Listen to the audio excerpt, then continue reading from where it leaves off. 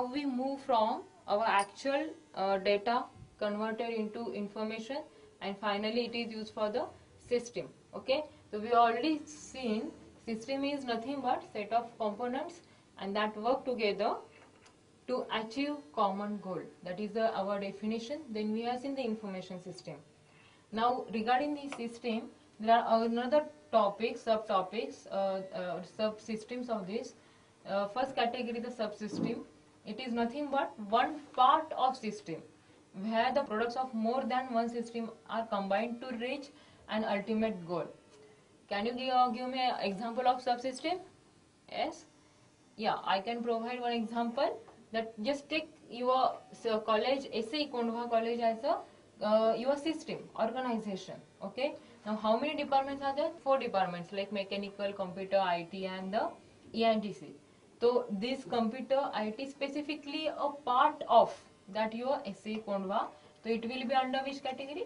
Subsystem. It means it has their own rules, regulations, but again as a combination there are common things are going to be executed with that system to achieve a common goal, that our results in Pune University are good. So that is a common goal of your system, but even though they work independently, goal is the same. Now closed system is a standard system that has no contact with other systems. Now next one is open system, that system that interface with other systems. Like suppose you take the your mechanical industry, so you require the raw material, so it will be from different small scale industries, and then after manufacturing you create the bicycle. Okay, so there you require the combination communication with other industries. Now with this subsystem, so this is the example actually of your system 1. Here different subsystems make a single system 1. Like here you have the account payable, second one is a general ledger, third one is the accounts receivable, and grouping of these 3 subsystems you can finally create the report, that is the status and problem areas. So the number of subsystems can be used for the single system. This point is the information system framework, or you can say the information system areas. Now information system basically has a 6 areas. 5 areas of this, like management challenges, information technology, foundation concept, development process, and business application. Now start with this foundation concept. So here this area, this one is basically defines the roles of your components. Which components of information system? Like it is a hardware or software components, how they will be used, who will be used, and what is the output of that information system. Means it decides the role of component and its characteristics of your information system. This is the foundation concept, that is the fundamental concepts or the roles of your components. After that, second area is the development process. Whenever there is a different components, how you develop a project, any software project, you first plan, you gather the information about the project, then you design it, and then you choose any software language to develop that concept, and you provide in the form of output to the end user, isn't it? This is your development life cycle. Similarly over here, the information system is initially is going to be planned, then it is actually designed, and finally it will be developed or implemented by those information system specialists. So there are different people, different resources will be work in different phases for your information system. They initially gather the information about this system, then they will design how it can be executed, then who will be executed, and what is the output of this organization. Just take an example of our organization. Our Navle sir is design this organization SAE.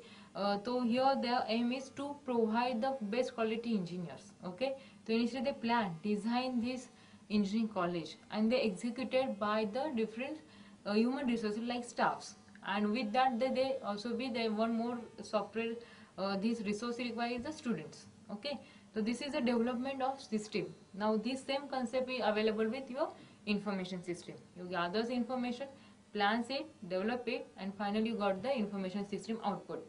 Now to develop this, either you can use different information technologies, different softwares, different components for to implement those kind of the information system. And this information system can be useful for business applications. What are the business applications? For the operation or for decision making for your managers, as well as for the competitive advantage. So what is actually what its information system provides? It provides the reports. It gives the meaningful information for analysis for some decision making. Okay, just take an example of your any company. So there are no, suppose product A and product B with the same product. Suppose this is soap A quality and say soap B quality, and they want to find out which will give the more profit. So they provide some more advertisement for soap A as well comparative to the soap B, and at the end of this month they find out the profit of A is larger as compared with the soap B. Why? Because the advertisement done for soap is larger, or more people know about this soap, and they got the idea that this is the can be beneficial to those people. Okay, so because of the advertisement get the profit for that particular soap one. So this is a business application where you can provide the strategies. Okay, so through the report, through the sales analysis, they find out the where I can get the profit. Now with that also, which are the other products, other companies are in market for the same product, for the same soap. Suppose there is a Lux, there is for the soap company there is Lux, another one is suppose Lifebuoy. So these companies will be find out the characteristic strategies of other product, and they will be increase, they will be modify their strategies, their operations of your organization to achieve that target, to overcome that actual drawback. Okay, so information system again is useful for business applications also. So that is the next area, business applications. And last one is the management challenges. Here once you develop the organization, you also require some security, some like management of that organization. If suppose there are some changes occur with your organization, that should be capable with that modified structure. Okay, so management of these whole components and work it very successfully, it is under your management challenges.